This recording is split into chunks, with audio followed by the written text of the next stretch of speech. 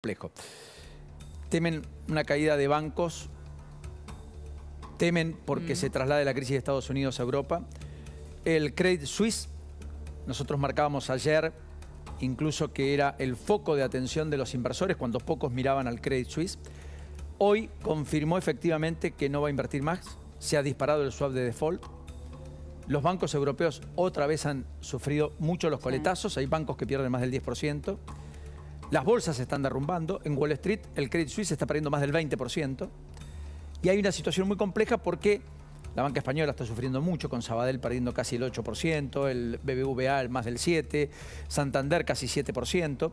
Lo que ha detectado el Credit Suisse es debilidad en su control de información, es decir, lo que tenían que ver no lo vieron, y confirmó resultados del ejercicio que los llevaron a tener pérdidas de más de 7.300 millones de euros en 2022, cuando anteriormente habían dicho que habían perdido un poco menos y en el 2021 habían perdido 1.670 millones de euros, con lo cual se convierte en el peor resultado del Banco Suizo desde la crisis financiera del 2008. Trato de contar esto para circunscribir de qué estamos hablando, porque ya deja de ser algo de las empresas tecnológicas que perdieron fondeo, que no tenían cómo fondearse porque el mundo se puso más turbulento, porque subió fuerte la tasa de interés, porque los inversores se refugiaron en inversiones más seguras, como los bonos del Tesoro norteamericano o lo que fuere, o el oro. Y ahora hay una parte del sistema financiero que empieza a crujir de la banca tradicional porque estaba muy expuesta y tenía entre manos situaciones que no resolvió del mejor modo, que no atendió a tiempo y que se le fueron complicando y que empezó a generar un efecto cascada posible respecto a otros. Dicho esto, no dejamos de decir que hay mucho susto, pero que no implica eventualmente pánico o la perspectiva de una crisis financiera eterna. Sin embargo, empiezan a escucharse voces que dicen cuidado que esto llegó para quedarse y la crisis está a la vuelta de la esquina. Está Rafa Matius Ruiz, podemos hablar con él, Helio, porque tiene lo último respecto a cómo se vive allí en los Estados Unidos. Rafael, el placer de tenerte. Buenas tardes. ¿Qué tal? ¿Cómo les va? Muy buenas tardes. Hola, Rafa. Bien, gracias. ¿Qué es lo último y cómo se está viendo en el corazón financiero del mundo? Bueno, te estaba escuchando recién en la introducción cuando describías los problemas que han salido a la vista de todo el mundo de Credit Suisse.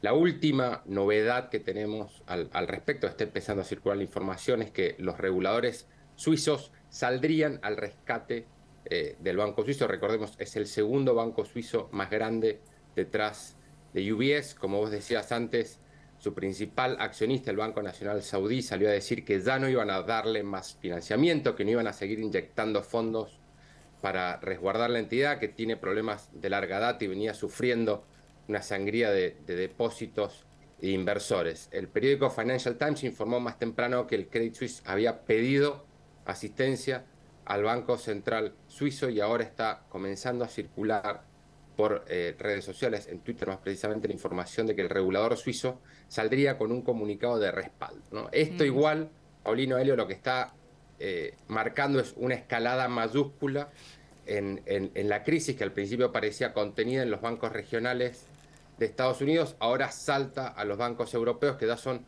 jugadores de mucha más envergadura, de mucho mayor peso en el sistema financiero internacional, y esto obviamente abona a la idea, a los temores de que la crisis financiera puede ser mucho más seria de lo que parecía. Ahora, con esto, Rafa, que estás contando, estamos hablando en realidad de que quien termina salvando esto en realidad son salvatajes de reguladores o claro, bueno, no, porque en el caso del Silicon Valley Bank fue el HSBC, ¿no?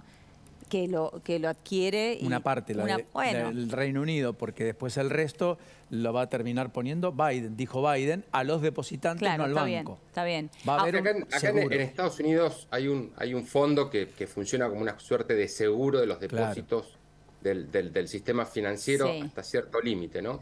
Pero el Tesoro y el gobierno norteamericano, la Casa Blanca, salieron a decir que iban a garantizar todos los depósitos del Silicon Valley Bank y del Signature Bank, que son los dos bancos regionales que ya cayeron.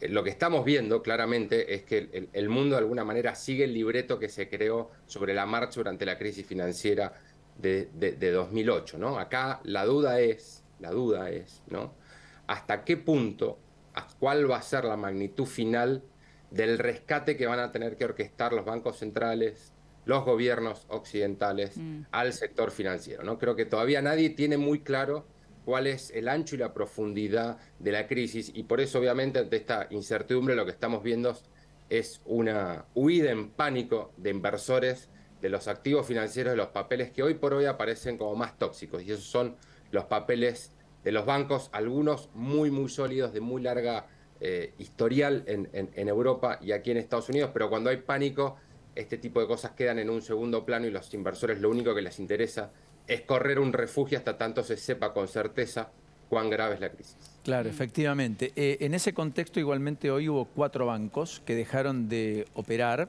europeos, incluido el Credit Suisse, pero también Société Générale, Monte dei Paschi, Unicredit. Todo esto porque dejaron de operar debido a que había caídas en los precios hasta 60, 70%, 50%. Entonces, le dieron un corte. Da la impresión, Rafa, que acá estamos en la perspectiva de que el capital está huyendo, está viendo el desencillar hasta que aclare. Ahora, en el medio hay un tendal que resiente la fuente de financiamiento de mucha actividad privada y, por lo tanto, de la economía en sí, en medio de una economía que estaba reponiéndose de la pandemia. Sí, digo, mientras nosotros estamos hablando, se están rehaciendo los números y las proyecciones en bancos, organismos, gobiernos, en el lugar que sea, ¿no? Hasta ahora lo que tenemos han sido, te diría, distintas visiones sobre hasta dónde puede llegar o hasta dónde puede escalar esta crisis, ¿no? Lloyd Blankfein, por ejemplo, quien fue el CEO de Goldman Sachs durante la crisis de 2008, dijo hace unos pocos días que no creía que la crisis fuera a escalar hasta imponer un riesgo sistémico, ¿no? Un mensaje similar dio la número 2 del Fondo Monetario Internacional, Gita Gopinath, quien dijo que no veía un riesgo global en la crisis que hemos visto al momento. Pero, por ejemplo, hoy tuvimos una idea de cuál es la visión de Larry Fink, el CEO de BlackRock. BlackRock es el fondo de inversión más grande del mundo, es un fondo de inversión conocido en la Argentina, pues estuvo muy involucrado en el último canje de la deuda. Fink dijo que existe el riesgo de una crisis progresiva en el sistema financiero. Y otro economista muy famoso, que ustedes recordarán el nombre, Nouriel Roubini, conocido como Dr. Doom, que fue uno de los que predijo la crisis financiera de 2008, dijo que la caída de Credit Suisse marcaba un momento Lehman, ¿no? Son, como te decía, distintas perspectivas que estamos teniendo en un contexto de muchísima incertidumbre, porque cuando las crisis comienzan, lo primero que vemos es un pánico desatado, gobiernos intentando contener ese pánico para evitar que la crisis escale y empiece a tocar, como vos bien decías, a la economía real, ¿no? A las empresas, al financiamiento, a los trabajos, a los salarios. Pero la verdadera magnitud y la profundidad de la crisis, si algo nos enseñan las crisis pasadas, es que solo se conoce una vez que la crisis ha desandado. Rafa, un enorme abrazo. Gracias, como siempre. No, a ustedes. Y un muy feliz besuelo. Me acaban de chiflar que es tu cumpleaños. Gracias, Rafa. Beso grandote. Muchas gracias. Muy bien.